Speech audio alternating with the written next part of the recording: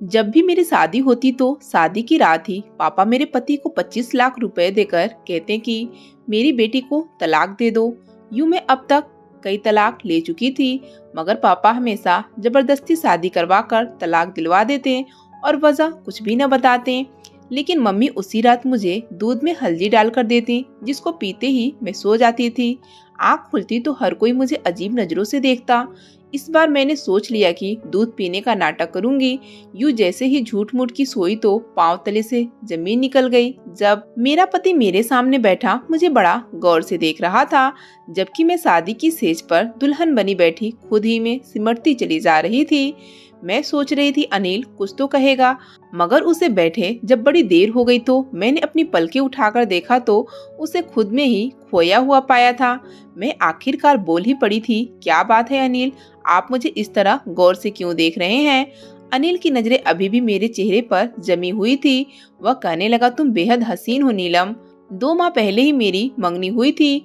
तुमसे पहले भी मम्मी मेरे लिए कई लड़कियों के रिश्ते ले जा चुकी थी, मगर मुझे कोई लड़की पसंद नहीं आती थी। जब तुम्हारी तस्वीर देखी तो उस लम्हे मैं पिघल गया था। मुझे तो समझ नहीं आया कि कोई इतना खूबसूरत कैसे हो सकता है। अनिल मेरी तारीफ करने लगा तो अब मेरी जान में जान आई थी। मैं मुस्कुराते चेहरे के साथ उसकी बातें सुनने लगी। वो बोलता चला जा रहा था, नीलम, मैंने मम्मी से कहा कि मुझे ये लड़की दिलो जान से कबूल है। मम्मी भी खुश हुई थी कि चलो अब मेरा घर अब बस जाएगा। मैं इनका इकलौता बेटा हूँ ना, इसलिए उनको मेरी शादी की बहुत जल्दी थी।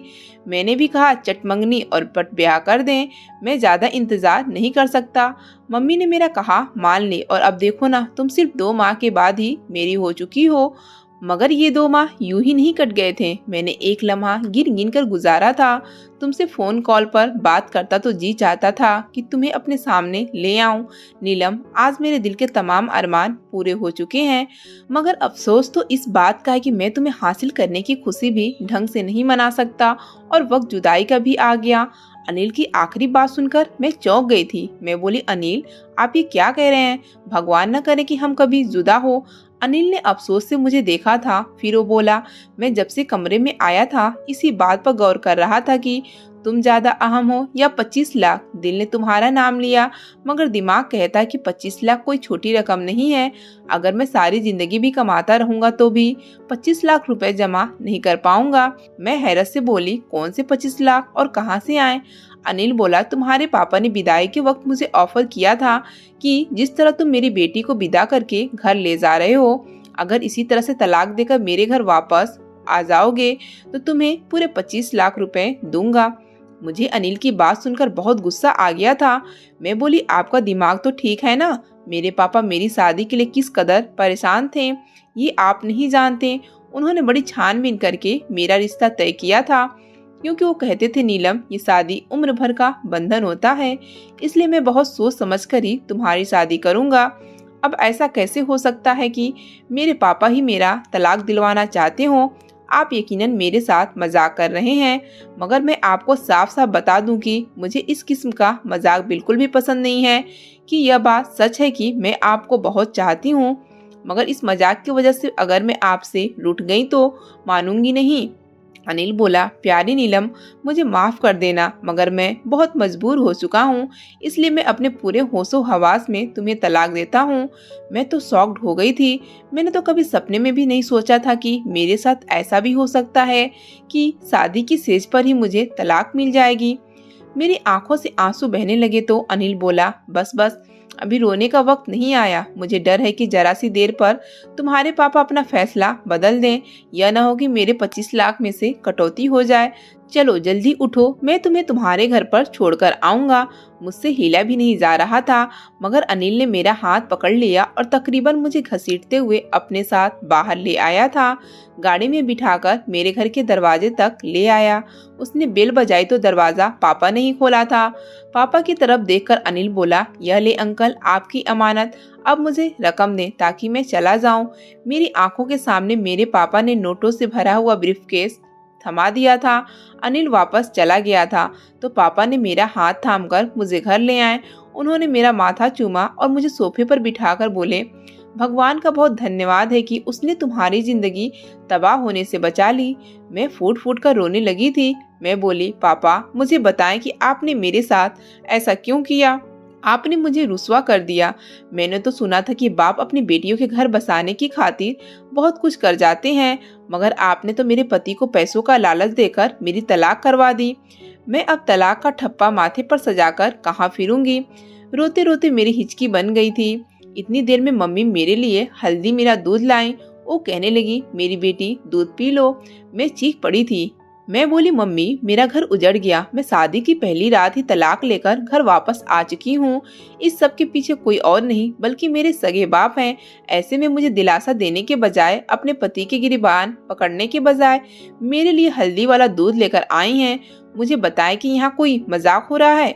मम्मी ने मेरे दोनों हाथ थाम लिया, जबकि पापा बोले, नीलम जब तुम्हारी शादी अनिल के साथ हो गया तो उसके एक रिश्तेदार ने मेरे कान में आकर मुझे बताया था कि अनिल और उसके घर वाले फ्रॉडी हैं।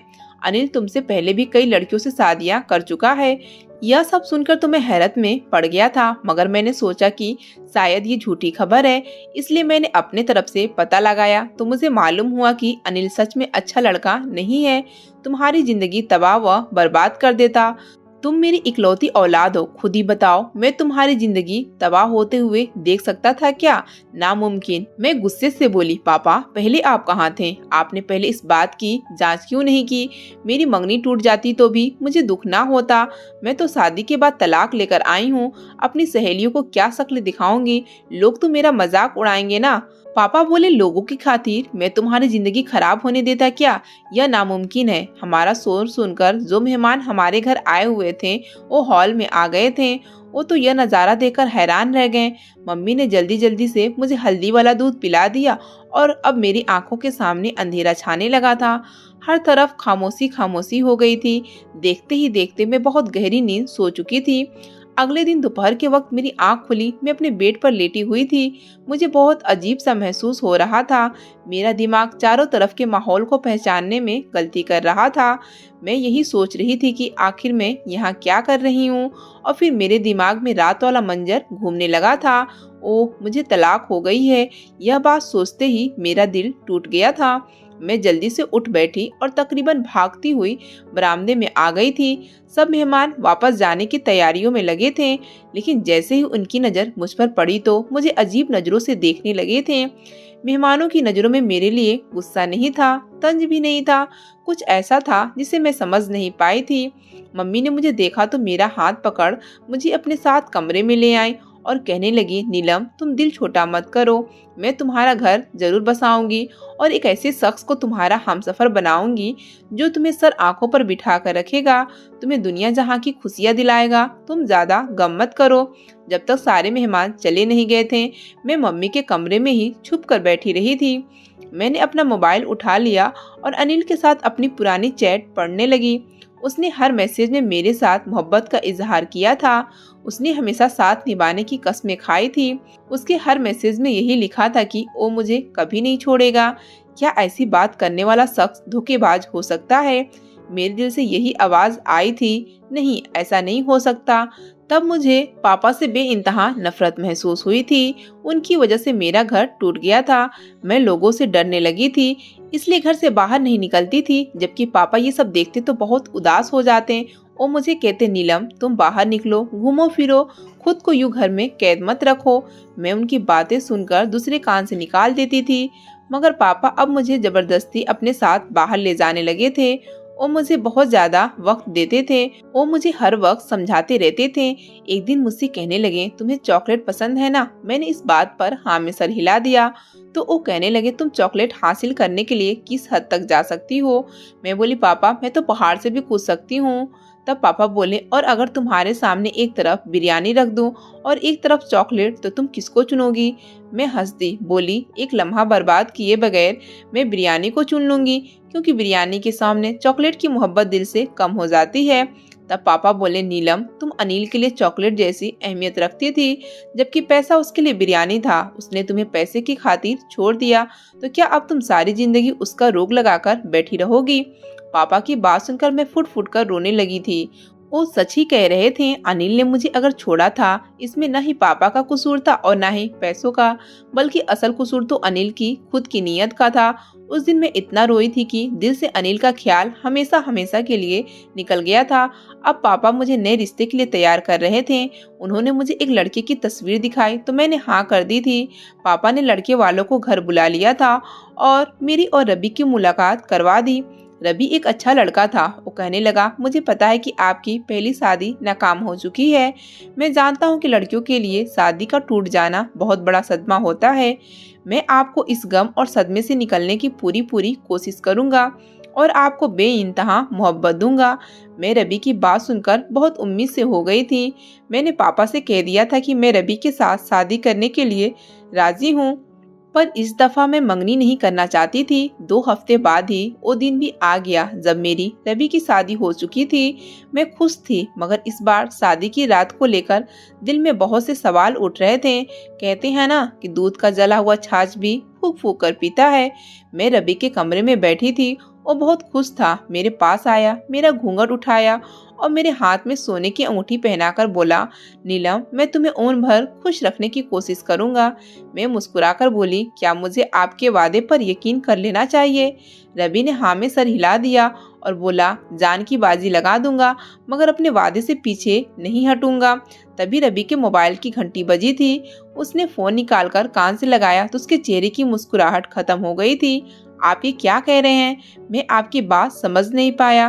फोन करने वाला शख्स जब जवाब देने लगा तो रवि बोला, मैं आपकी बात पर कैसे यकीन कर लूं? फोन की दूसरी तरफ से शख्स ने उसे न जाने क्या कहा था कि रवि के चेहरे पर मुस्कुराहट फैल गई थी। रवि ने फोन बंद कर दिया और मेरा हाथ पकड़कर बोला, नीलम, मैं तुम्हें तलाक देता हूँ। ये अल्फाज मेरे सर पर हथौड़े की तरह लगे थे।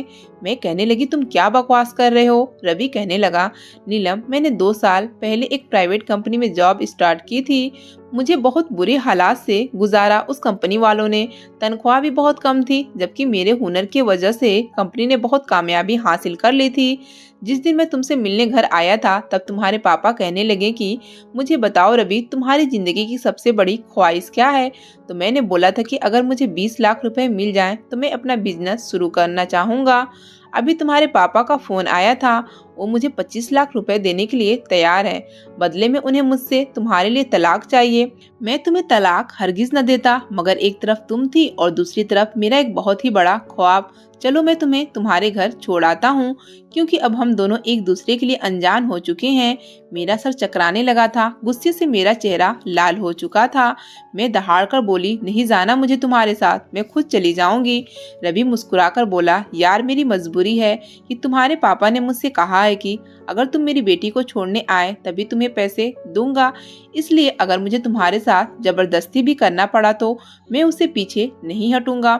मैंने सर हिला दिया था। मैं कुछ कहे बिना ही रवि के साथ चल पड़ी थी, जो मुझे पैसों की खातिर तलाक दे सकता था, फिर वो कुछ भी कर सकता था। घर के दरवाजे पर रवि ने ही बेल बजाई थी, जबकि पापा मुझे देखकर बोले, आ गई मेरी बेटी?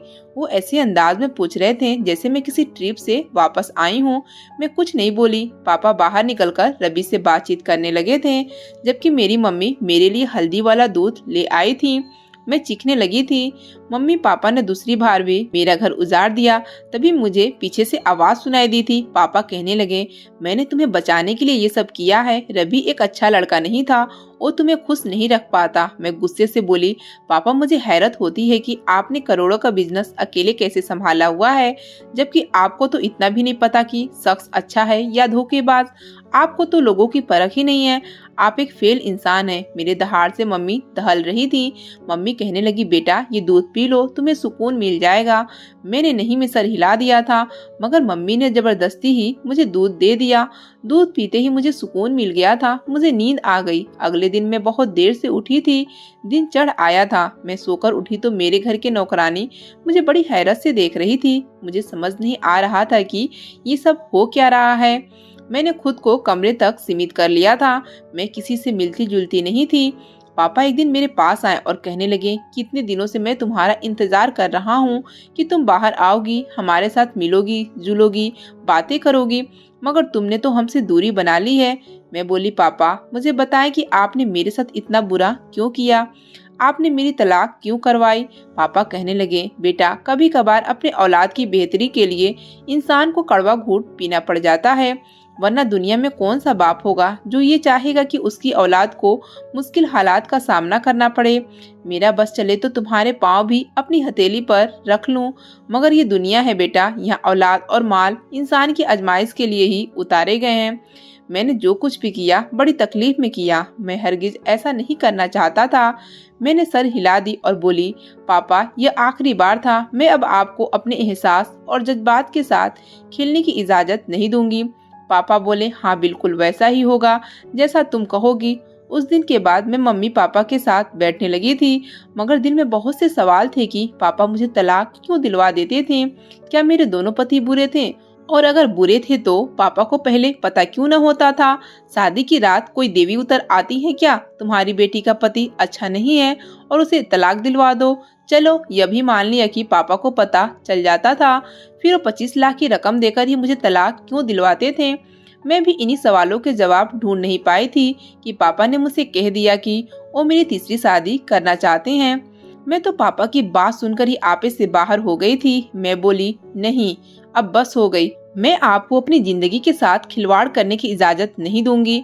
पापा बोले, बेटा अब की बार मैंने तुम्हारे लिए बहुत अच्छा रिश्ता ढूंढा है। मैं बोली, पापा अब मेरे लिए लड़का आसमान से भी उतर कर आ जाए तो भी मैं तीसरी बार शादी नहीं करूंगी। पापा ने मेरे सामने हाथ जोड़ दी और फुट फुट कर रोने लगे थे और बोले, मैं जब तुम्हें और गम में देखता हूँ तो मेरा दिल फट जाता है। मेरी बेटी मुझे माफ कर दो, मैं अगर तुम्हें यूं ही उदास देखता रहा तो अपनी जान अपने हाथों से ले लूंगा। मैं पापा की बात सुनकर घबरा गई थी, वो इस हद तक भी जा सकते थे। मैं बोली, पापा आप मुझे मजबूर मत करें। पापा के आंसू थमते ही नहीं थे, इसलिए मैंने उनकी बात मान ली थी। मैं तीसरी शादी के लिए भी तैयार हो चुकी थी, मगर इस बार मैं बिल्कुल भी खुश नहीं थी। बस एक मजबूरी थी जो मुझे निभाना पड़ रही थी। मेरी तीसरी शादी की रात भी मेरी दूसरी शादियों की तरह ही गुजरी थी। मेरे पति ने भी मेरे बाप के कहने पर मुझे तलाक दे दी थी। मैं गुस्से से पागल हो गई थी। मुझे समझ नहीं आता था कि क्या करूं और क्या ना करूं। दिल चाहता था कि पूरी दुनिया को आग लगा दूं और शुरुआत अपने बाप के घर से करूं। मेरा तीसरा पति भी मुझे मेरे बाप के घर छोड़कर चला गया था और अब मुझे अपने बाप से नफरत हो गई थी। पापा ये सब कर रहे थे तो मम्मी क्यों नहीं रोकती थी? वो तो मेरे लिए हल्दी वाला दूध लेकर हाजिर हो जाया करती थी। 1 महीना ही सुकून से गुजरा होगा कि पापा का फिर से शादी का चाव हो गया। वह कहने लगे, मेरी प्यारी बेटी मैं तुम्हारा घर बसाना चाहता हूँ। मैं गुस्से से बोली, मैं आपके मुंह से दोबारा अल्फाज नहीं सुन सकती। तो पापा कहने लगे, ठीक है, अगर मेरी बेटी का घर नहीं बस सकता तो मेरा घर भी क्यों बसे। मैं तुम्हारी माँ को तलाक देकर खुद को सजा दूंगा। मैं पापा की तरफ बड़ी हैरत से देखती रही थी। क्या उनकी मोहब्बत थी मेरे लिए या फिर वो मुझे ब्लैकमेल कर रहे थे? मगर क्यों, ये क्यों मेरे दिमाग पर सवार हो गया था?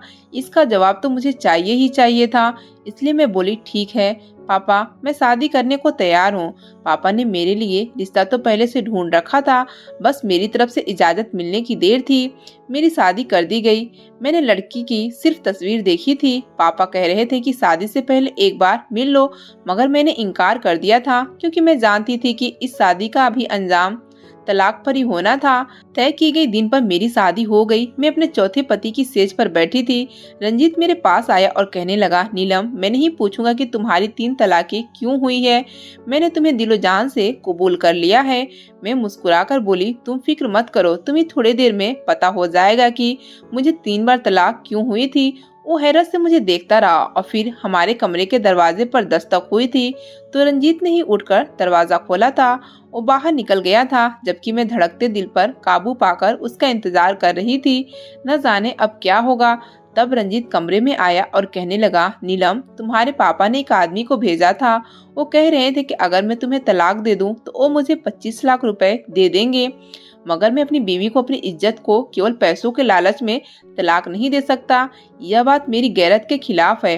मैं बड़ी हैरत से अपने पति को देख रही थी कि क्या मर्द ऐसे भी होते हैं जो अपने बात पर जमे रहें, जिनको पैसों का लालच तोड़ ना सके। मैं रंजीत को आजमाने की खातिर बोली, रंजीत मेरी पहले भी तलाकें इसी वजह से हुई है। मेरे पति मुझे पैसों के खातिर छोड़ जाया करते थे। आप क्यों इतनी अच्छी डील अपने हाथ से गवा रहे हैं? वो मुस्कुराकर बोला, जिंदगी में पैसा ही सब कुछ नहीं होता, पैसा तो हाथों का मैल होता है। मेरी दौलत तो मेरी बीवी है, न कि पैसा। मुझे लगा था कि मेरा दिल खुशी से भर जाएगा। खैर मैं बोली, रंजीत एक बात कहूँ? उसने सर हाँ में हिला दिया। तो मैं बोली, मैं इस चीज से बेखबर हूँ कि मेरे पापा ने मेरे साथ ये सब क्यों किया, इसलिए मैं हकीकत मालूम करना चाहती हूँ। इसलिए आप मेरे साथ चलें तो यह जाहिर करें कि आप मुझे तलाक दे चुके हैं, तो सब कुछ पता चल जाएगा। रंजीत ने मेरी बात मान ली। रंजीत और मैं पापा के घर चले गए। पापा रंजीत से बात करने लगे, जबकि मैं घर आकर रोने लगी थी। मम्मी ने मुझे हल्दी वाला दूध लाकर दिया तो मैंने उनसे नजर बचाकर दूध गिरा दिया था और खुद सोने का नाटक करने लगी थी। अभी 10 मिनट ही गुजरे थे कि हमारे घर में बहुत से लोग आने लगे। पहले तो एक नर्स आई थी, उसने मेरा चेकअप किया तो कहने लगी, इसको फिर से पागलपन का दौरा पड़ा है। ये लड़की मर्द को अपने इर्द गिर्द बर्दाश्त नहीं कर सकती, तो आप इसकी शादी करते ही क्यों हैं? यह अपने आप को नुकसान पहुंचा लेगी, तब आपको सुकून हो जाएगा। फिर एक वकील आया। पापा ने नर्स की कही बातें वकील को बता दी। फिर रंजीत को भी वहीं पर बुलाया गया था। वह कहने लगा, वकील साहब, मैं जैसे ही कमरे में पहुंचा, मेरी बीवी ने मुझ पर हमला कर दिया और मुझे मारने पीटने लगी। फिर बोली कि तलाक दे दो, नहीं तो अपनी जान ले लूंगी। इसलिए मैंने इसे तलाक दे दी। मुझे नीलम के पापा ने कहने को कहा था, मगर मैंने ऐसा नहीं किया। मेरी बीवी बिल्कुल ठीक ठाक है। मैं भी उठकर बैठ चुकी थी और वकील साहब से बोली, यह सब मेरे खिलाफ साजिश है। मेरे बाप ने 3 बार मुझे तलाक दिलवाई है। वकील ने सर हिला दिया और बोला, मिस नीलम, आपके सगे बाप ने मरने से पहले अपनी सारी जायदाद आपके नाम कर दी थी, मगर उनकी वसीयत में शर्त लिखी थी कि जब तक आपका घर बस नहीं जाता, यह जायदाद आपके नाम पर नहीं हो सकती। आपका सौतेला बाप शायद इसलिए खेल खेल रहा होगा। वह हर बार आपको तलाक दिलवाकर मुझे बुला लेता था और कहता था कि मेरी बेटी घर बसाने के काबिल नहीं है, इसके साथ ज़हनी मसला है, और फिर ऐसा ही बयान आपका पति भी दे जाता था। मैं हक्का बक्का रह गई थी। क्या सच में ये इंसान जिसको मैंने सारी जिंदगी बाप की तरह चाहा, वो तो मेरा बाप था ही नहीं? मैं बोली, मम्मी, अगर ये शख्स मेरा सगा बाप नहीं था तो क्या हुआ? आप तो मेरी सगी माँ थी ना, फिर आपने ये सब क्यों किया? रंजीत कहने लगा, मैं बताता हूँ। तुम्हारी मम्मी ने तुम्हारे पिता के साथ रहते हुए इस शख्स के साथ मोहब्बत कर ली थी और फिर इसके साथ घर से भागकर शादी कर ली थी।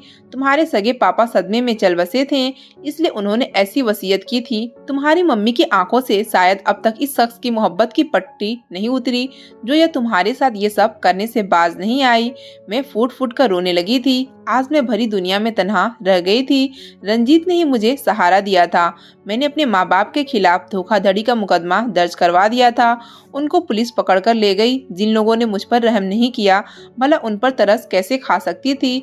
और फिर जब तक उन लोगों को सजा न मिल जाती, उनकी हसरत बदलने वाली नहीं थी। सारी जायदाद मेरी हो चुकी थी। मैं और रंजीत हर चीज का ख्याल रख रहे थे। सच यह है कि पैसा बहुत बुरी आजमाइश है। यह अपने सगे लोगों का भी खून सफेद कर देती है। दोस्तों, उम्मीद करती हूँ कि आपको हमारी कहानी पसंद आई होगी। कहानी पसंद आई है तो वीडियो को लाइक करें, चैनल पर नए हैं तो चैनल को सब्सक्राइब करें और हाँ, नोटिफिकेशन को ज़रूर दबाएं ताकि अगली अपडेट सबसे पहले आपको मिल सके।